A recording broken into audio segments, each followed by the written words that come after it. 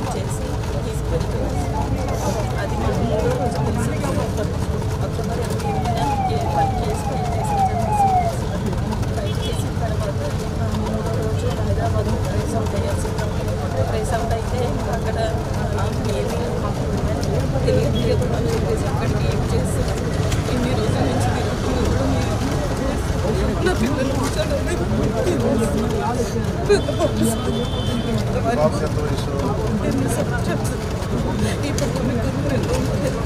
Sir. ఇప్పుడు వారికి నా కుటుంబానికి కూడా నేను చెప్పుకోలేదు సార్. హాస్పిటల్లో చదువుకుంటాను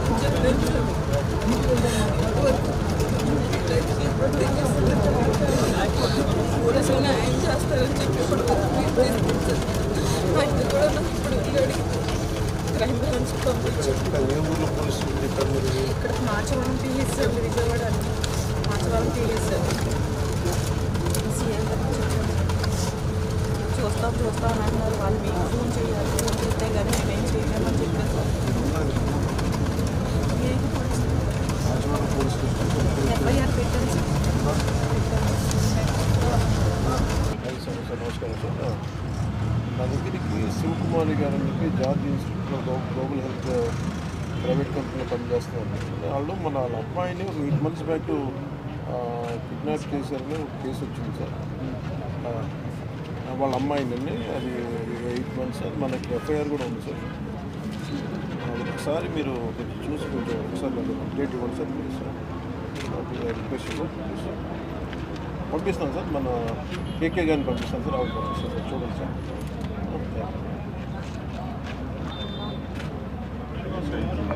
మీరు వెళ్ళండి ఒకసారి. ఆంధ్రప్రదేశ్ నుంచి గతంలో 30,000 సంవత్సరాలు 30,000 ఆడపిల్లలు అదృశ్యం అయిపోయి రకరకాల కారణాల వల్ల దాని మీద మనకి ఏం చేయలేదు మనం ఈ రోజున. దాంట్లో భాగంగానే నాకు చాలా కదిలి మన బాధ్యత తీసుకోవాలని చెప్పి ఈ రోజున నేను ఒకటే చెప్పాను అందరికీ కూడా, ఇది మీరు ఒక కేసు స్టడీగా చేయాలి, మీరు మొదలవుతూ దయచేసి రిక్వెస్ట్ ఉన్నారు. ఎందుకంటే ఇది ఎక్కడో చోట చాలా కదలిక మొదలైతే తప్ప పెద్దది అవ్వలేదు. సో ఫ్యూచర్లో కూడా నేను అనుకుంటున్నది ఏంటంటే, నాకు రోజున మనస్ఫూర్తిగా మీడియా సమక్షంలో ఆంధ్రప్రదేశ్ పోలీస్ శాఖను నేను అభినందిస్తున్నాను. మనస్ఫూర్తిగా ధన్యవాదాలు. మీరు ఇంత స్విఫ్ట్ యాక్షన్ తీసుకోవడం వల్ల ఒక విశ్వాసం పెరిగింది. అలాగే ఆడపిల్లలు తల్లిదండ్రులు కానీ ఆడపిల్లలు కానీ ఎవరికైనా సరే ఈ లవ్ ట్రాప్స్ ఏదైనా వేసి మమ్మల్ని ఇబ్బంది పెడుతుంటే మీరు మన సరైన విత్తనాలు లేదా అనేది మీరు ఎప్పటికప్పుడు చాలా జాగ్రత్తగా చూసుకోవాలి. ఎందుకంటే 24 hours తర్వాత అమ్మాయి మిస్ అయిందంటే దొరకడం చాలా కష్టం. మర్చిపోమన్నారు. 48 hours అయితే ఇంక మీరు మర్చిపోవడం, వెళ్ళిపోతారో తెలియదు, బాంబే వెళ్ళిపోతారో తెలియదు, బెంగళూరు వెళ్ళిపోతారో, ట్రేస్ అవుట్ చేయలేమని చాలాసార్లు పోలీస్ వ్యవస్థ నిస్సహాయంగా ఉంటుంది. కానీ మన ఆంధ్రప్రదేశ్ పోలీసుని అభినందించాల్సింది 9 నెలలు మిస్ అయితే పట్టుకోగలిగారంటే నిజంగా hats off to AP police. అంత పట్టుకున్న సర్ప్రైజ్ అనిపించింది. నాకు మిడ్ నైట్ చెప్పాను, నాకు ఇట్లా వచ్చింది, ట్రేస్ అవుట్ చేసాం అంటే నేను వెంటనే రేపు రివ్యూ మీటింగ్ మధ్యలో మాట్లాడతానని చెప్పాను.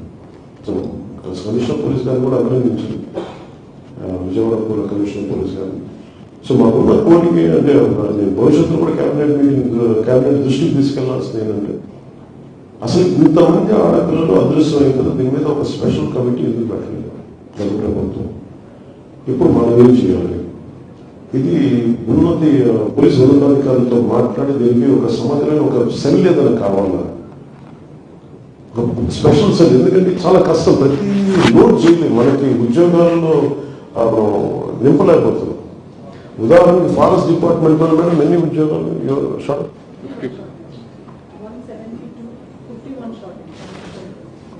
170 అదే తక్కువ, బట్ 50+ షార్టేజ్ ఉంది. దాంట్లో DM4 నుంచి beat officer, forest beat officer దాకా. అలాగే ఏ శాఖలో తీసుకున్నా కానీ సిబ్బంది కోరుతుంది, దాన్ని ఎలా చేయాలి. అలాగే పోలీస్ శాఖ వచ్చేటప్పటికి అందరికీ, నాకు కూడా పోలీసు అధికారులకి నాకు లోడ్ పెంచడం నాకు ఇష్టం లేదు. ఒక వ్యక్తి ఎన్ని పనులు చేయగలరు, ఎన్ని కేసులను హ్యాండిల్ చేయగలరు.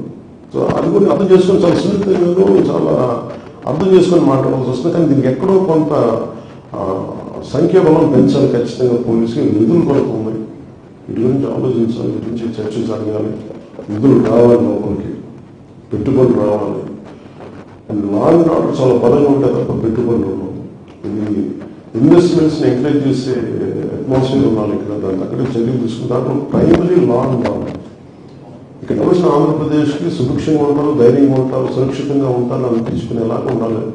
అలా భాగంగానే ఒక ఆడపిల్ల అదృశ్యం అయిపోతే 9 నెలల్లో అదృశ్యమైన ఒక ఆడబిడ్డని less than 72 hours trace out చేసి పట్టుకున్నాం. అది కెపాసిటీ మన పోలీస్ డిపార్ట్మెంట్కి, మన ఐపీఎస్ అధికారులకి, మన ప్రతి పోలీస్ డిపార్ట్మెంట్ వ్యక్తికి.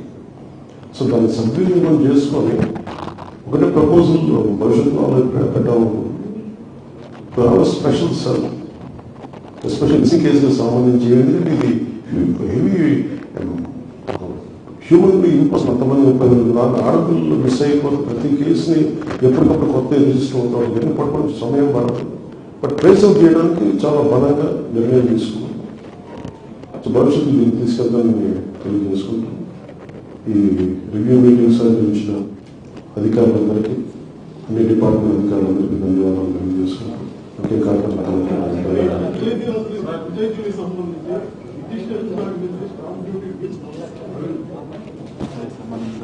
స్టాంప్ నేను రిజిస్టర్ చేసుకుంటే 2% అది వచ్చింది. అది మీకు ఆ డీటెయిల్ నోట్స్ మీరు అందుకే షణ్ముఖ గారు ఇస్తారు. అది అంటే ఒక ఒక పంచాయతీకి వచ్చే రెవెన్యూ సోర్సెస్ ఒకటే సరే మనకి ఇసుక స్థానికంగా మా సహజ వనరుల దగ్గర నుంచి తీస్తే, అలాగే మీరు చెప్పిన రిజిస్ట్రేషన్ అంటే నేను క్రయ విక్రయాలు జరిగితే ఒక పంచాయతీలో 2% మనం చేసిన స్టాంప్ డ్యూటీ 2% తిరిగి పంచాయతీకి రావాలి.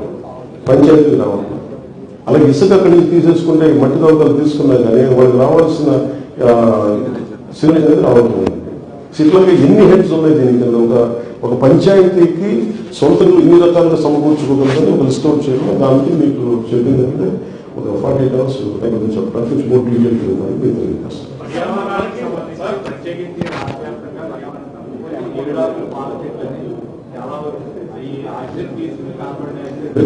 గురించి